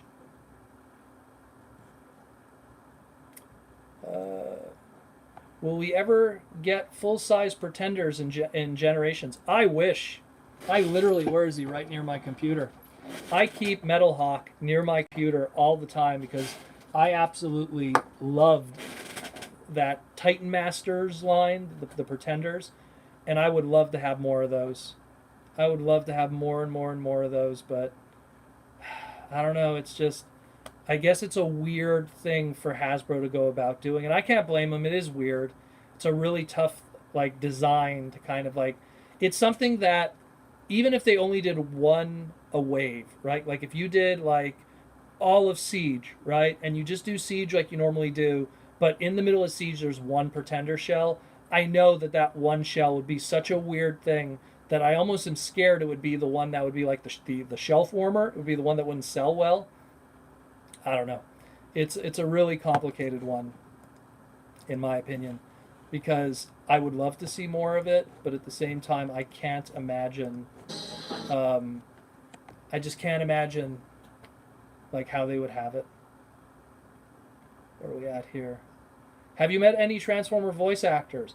Practically all of them, and I say that with a straight face. Almost every single voice actor that's in Transformers that is alive, and even some that are dead today, I have met, mostly because of just doing BotCon for almost 20 years, doing TFCon for almost its entire duration, sitting next to those voice actors for years and years. I have a wall of autographs. It's kind of hard to see. I can't see it from there because I have the displays in the way. But I have this wall of autographs of just like every voice actor. I'm like of Beast Wars, I'm missing like 3 guys of the whole show. Of G1, outside of people that are not with us anymore, I'm missing like I think 7 people. Like I've met many voice actors, many voice actors. I've met Judd Nelson, I've met Leonard Nimoy, I've met Peter Cullen, like even the really tough ones, you know. Ian Corlett was a tough one for years to meet. I met him. Yeah, a lot of them. I was listening to some of your older shows a while ago and ended up pre-ordering that third-party Minerva. Very good. That Minerva's amazing. And who knows when we're going to get a Minerva anything in the future. Where are we at here? Do you think we'll ever get back to old pricing systems for mainline Transformers? Nope. Nope. Nope. He's back. Yeah, sorry about that. No problem. No way. Hasbro, if you go back to my video where I talked about Transformers and pricing, it's always up, never down. The only time they went down once, and then they reversed course very quickly, and that was between Beast Machines and Robots in Disguise. Their basic price point they felt was overpriced. Oh my goodness, imagine. They actually thought it was overpriced, and they reduced it, and then they changed it back afterwards. So it's no way. No way that would happen. If anything, it's going to go up more. It's going to go up more, and unfortunately, plastic might get worse. Ivan writes, from Russia with love, Proto and Co. Would you want to see a G1 Predators modernized in a future toy line? And if so, which one would you like to get the most? Okay, for people who don't know, actually, no, I'll pull out let me just get the book. Who don't know who the Predators are. Yeah. It's UK stuff. So I'll give people the whole gamut. They could see them. Where are you guys? There we go. So the old crew of Predators from UK. So you're talking Skyquake. You're talking Stalker. Those guys. Yeah. Well, JawzD has a few of them too. So just to let some viewers know, even though they were UK exclusives, we did get them in Canada for some weird reason. A lot of UK exclusives we got in Canada for some weird reason. Commonwealth reasons. Yeah, for a lot of weird reasons. That's probably why. Yeah, probably. Who would I like to see? I'd like to see Skyquake modernized, primarily because the character of Skyquake was this obscure character in the Japanese war named Scratch, or not Scratch. I think it was like Skras or something, like a very weird. Like they tried to give him like a German name or something. And my buddy Hydra, when he was doing the the Power Core Combiner fiction with United. They tried to like flesh him out more, but it didn't really go anywhere. But I'd like to see Skyquake, and that's a trademark that Hasbro has, so they could do a Skyquake. But yeah, JawzD. Yeah, I would like to see them kind of go in a modern take. Maybe a Deluxe or Voyager, or seeing how that RC for Cyberverse came out. No, but if they put in that effort. Yeah, well, No? but like he's talking more of the Predators. Like, would you like to see modern versions of any of those? Like, would you like to see Stalker done, like modernized? Was Stalker the one with the rocket? Yes. And you get that gimmick where you look inside the Yes. rocket and you can see the. Yeah. Yeah, I think I guess Stalker. Stalker's the one I liked the most, and I was able to get my hands on.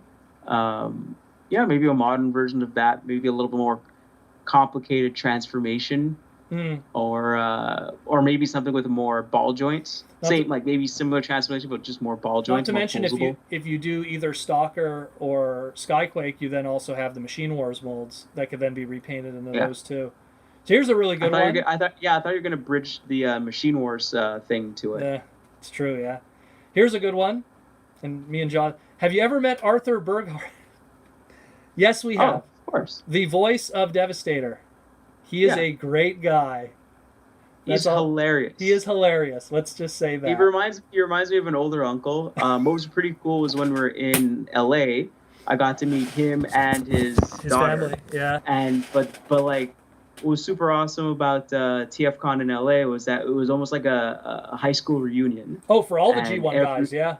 For all those G1 guys, they were super happy to see each other. They were busting each other's balls. They were having such a good time. That was one of those awesome moments that you don't really get to see a lot of. Now that you mention it, I thought that was really cool. Now that you mention it, I might as well just here's Arthur talking with the voice of Splinter, who is, I believe Splinter was, because that's Peter, whatever his name is, who was Grapple. Anyways, here's Arthur singing with him in the lunch.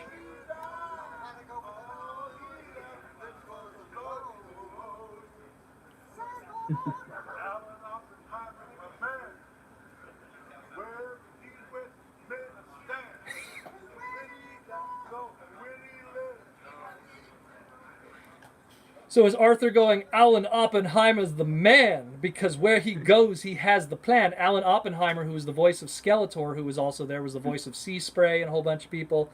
And here's a nice little... Hearing other people saying, like, oh, my mom saw you on Broadway doing... he was in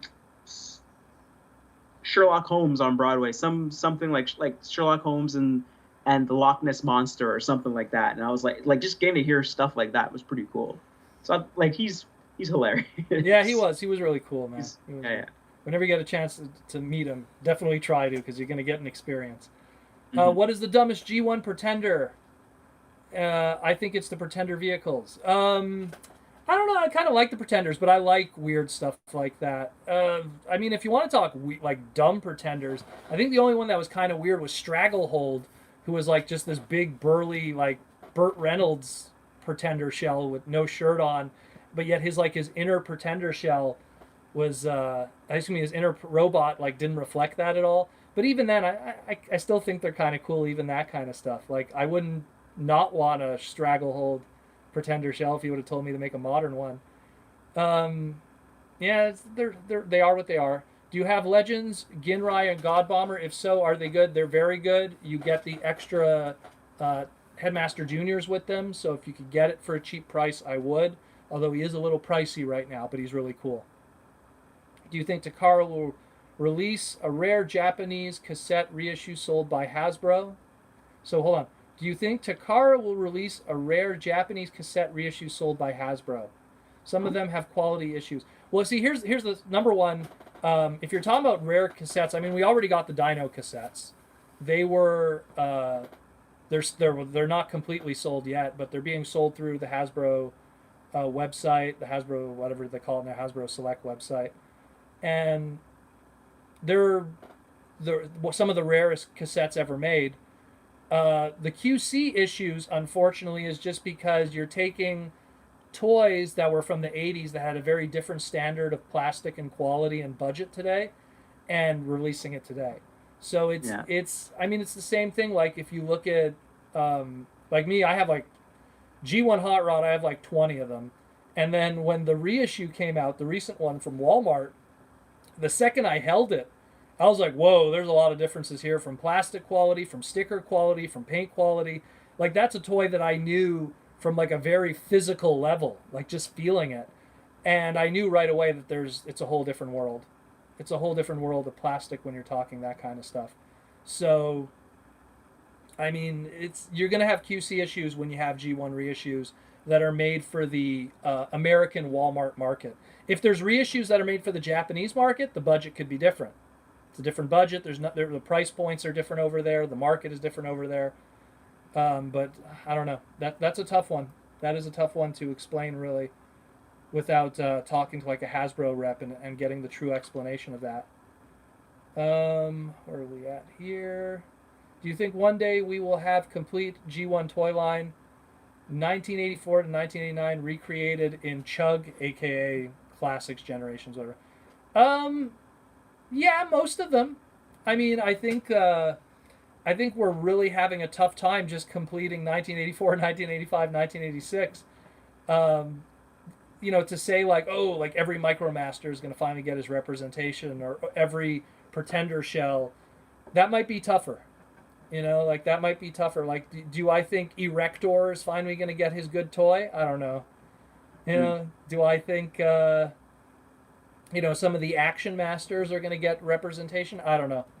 That's a tough one, where we're still like trying to get some of these 84, 85, 86 characters off the ground, and even those ones in like, you know, 88, 89. That's already a stretch. Where are we at? We're going to call it quits, guys, in 8 minutes. So if you have any questions, get them in now. Sorry, I'm getting all pulled back here.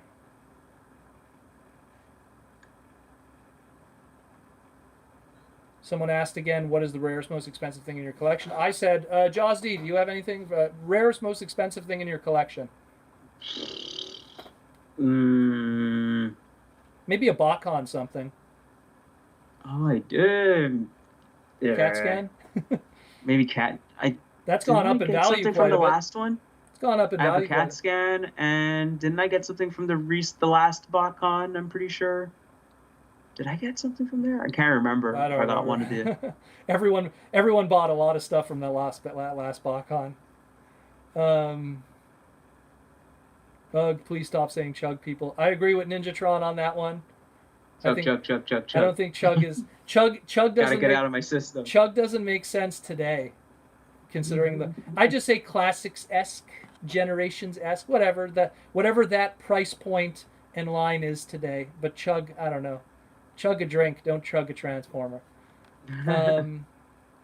As a small artist, I have a plan of drawing Diaclon concept art of the Devastator team, which is cool. I actually bought that recently, the Diaclon Devastator, complete with the team members and combined mode. That's awesome, Ivan. I actually bought that box set very recently from one of my shows. Walmart Warpath felt pretty good. The mini bots they got away with. The mini bot reissues were pretty decent. It's more the larger ones that I'm starting to see issues with them that I feel are different.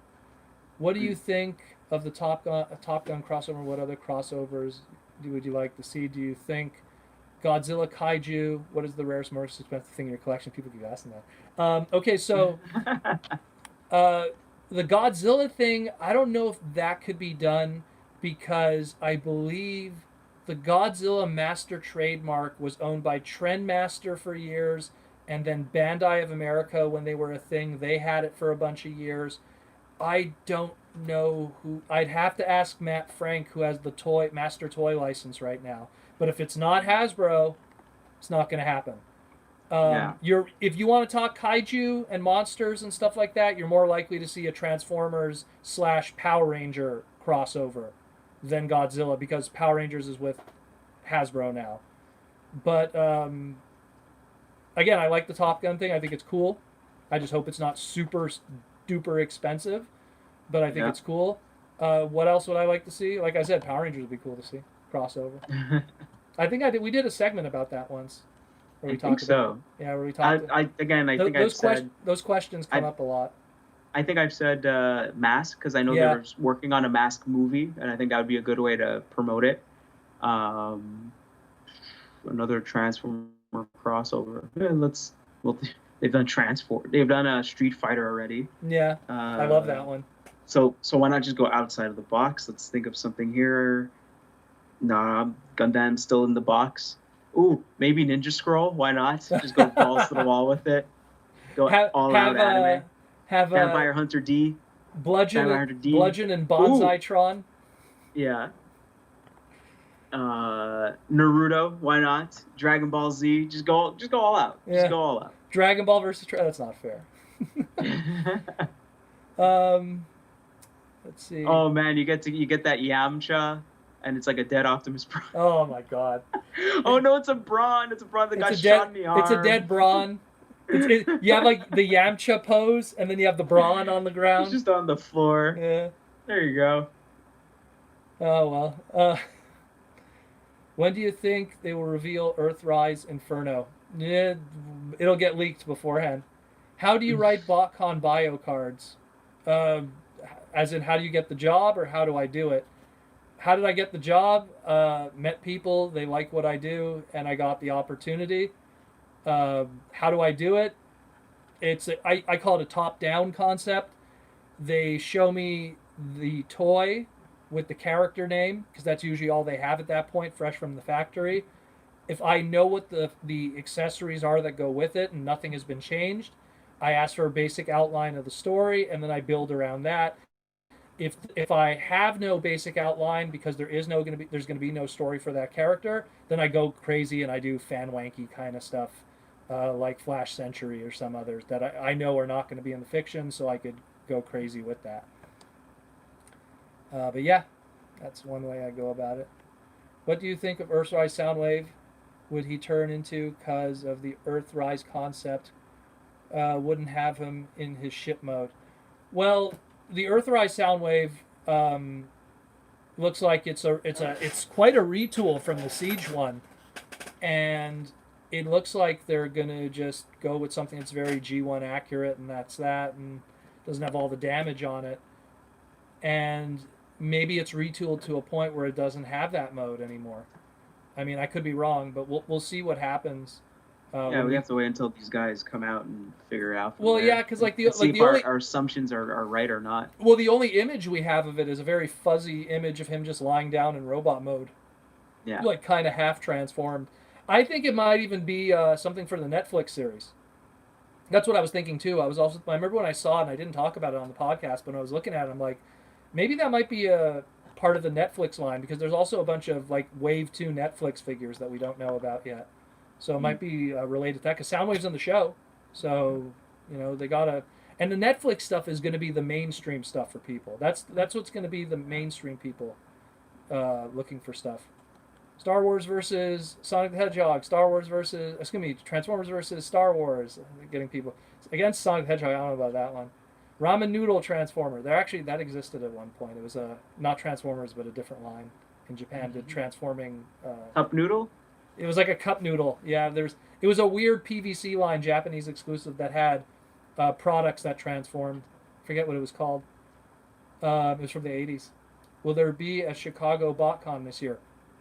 Ask Brett or Pete Sinclair. You'd have to ask them. Find out what's happening. I don't want to say anything about any conventions this year, because who knows what's going to happen. Even my own shows, I don't know. I don't know what's happening right now. We'll see what happens. What do you think of Bandai and their 1x1 scale cup noodle model kit that was revealed? I think it looks really crazy. But hey, if people buy it, then there'll be, 1x1 scale beef flavor, chicken flavor, seafood flavor, all the variants. What do you think of Transformers Prime, the game? I liked it. It was okay. I liked the animated game better for the DS, personally. but it was still pretty good. Still pretty good. It was a little dark though. Like I mean, and by dark I mean physically dark. Like I found that they could have brightened up the game a little more. Who was the When worst? you mean like tone, you mean tone wise, or you mean No, like I mean like coloring? visually. Visually, it was a very dark game. Oh, okay, A there lot we of go. I don't know. Maybe it was just to avoid having to make like complex character models. So if everything's dark, you know, Mm. I don't know. Who was the worst Titan class figure in your opinion?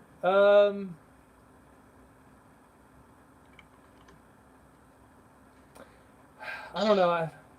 I don't get to mess around with a lot of Titan stuff a lot, so I couldn't even. I want to say I want to say Predaking, and that's not to say that Predaking is bad. He's just my least favorite of the bunch, because I really like the base formers. I haven't messed with Scorponok yet, so I can't give an opinion on that.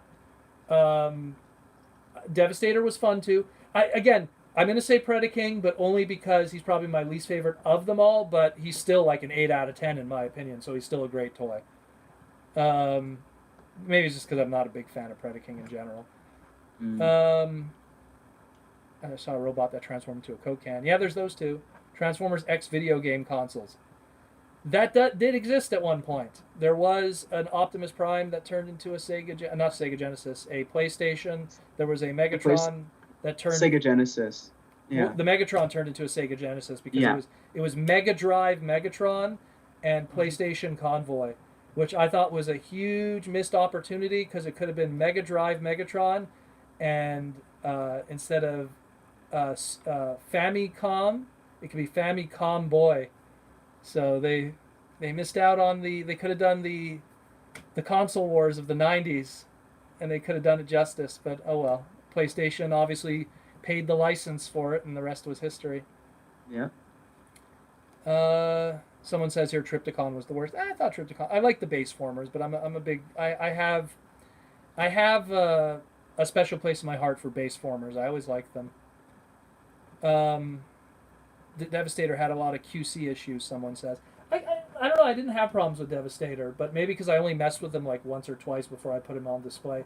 I do find that sometimes he leans to one side, but that's also a deterrent from just the Devastator design as a whole, because Scraper or Scrapper, however you want to pronounce his name, and Scavenger, those guys, when you transition them to a modern design, if you stay too true to the original design, when they become combiner pieces, you already have a negativity of like being his leg, and it's just like two arms holding him up and a shovel that barely covers any of the weight. But yeah. Anyways, it's 9:00, guys. Thanks again for coming. Man, we had at one point we had 47 people. Thanks again, everyone. It was really cool talking with everybody. Man, it's been a crazy week this week. There's been a lot of crazy stuff going on in the world. Just be good to everybody. Be nice to each other. Take care of each other. Don't look at Twitter and Facebook and think the world is a mess. There is a lot of good in the world here. And just be good to your fellow brothers and sisters. You know what I mean? There's a lot of stupid stuff going on in the world right now, but just chill back, relax, and hopefully we'll all get back to normal sooner or later, and we'll be treating everybody nicely again. But then again, thanks again, everyone, for coming, and thanks for JawzD for dropping in again. If you want to follow, anytime. If you want to follow JawzD, just give your social media stuff too. It is JawzD, JAWZ, and capital D on Twitter. Awesome. I'm also on Instagram, but I haven't really set up anything on there yet. I'm just there, kind of lurking, not really doing much. But yeah, you could usually find me on my Twitter. If you didn't catch what he said, what I'm going to do when I'm going to repost this segment, I'll put all the information in the description for social media links and stuff like that. But thanks again, everyone, for coming in, and we'll try to do this again in the near future. Take care. All right. And we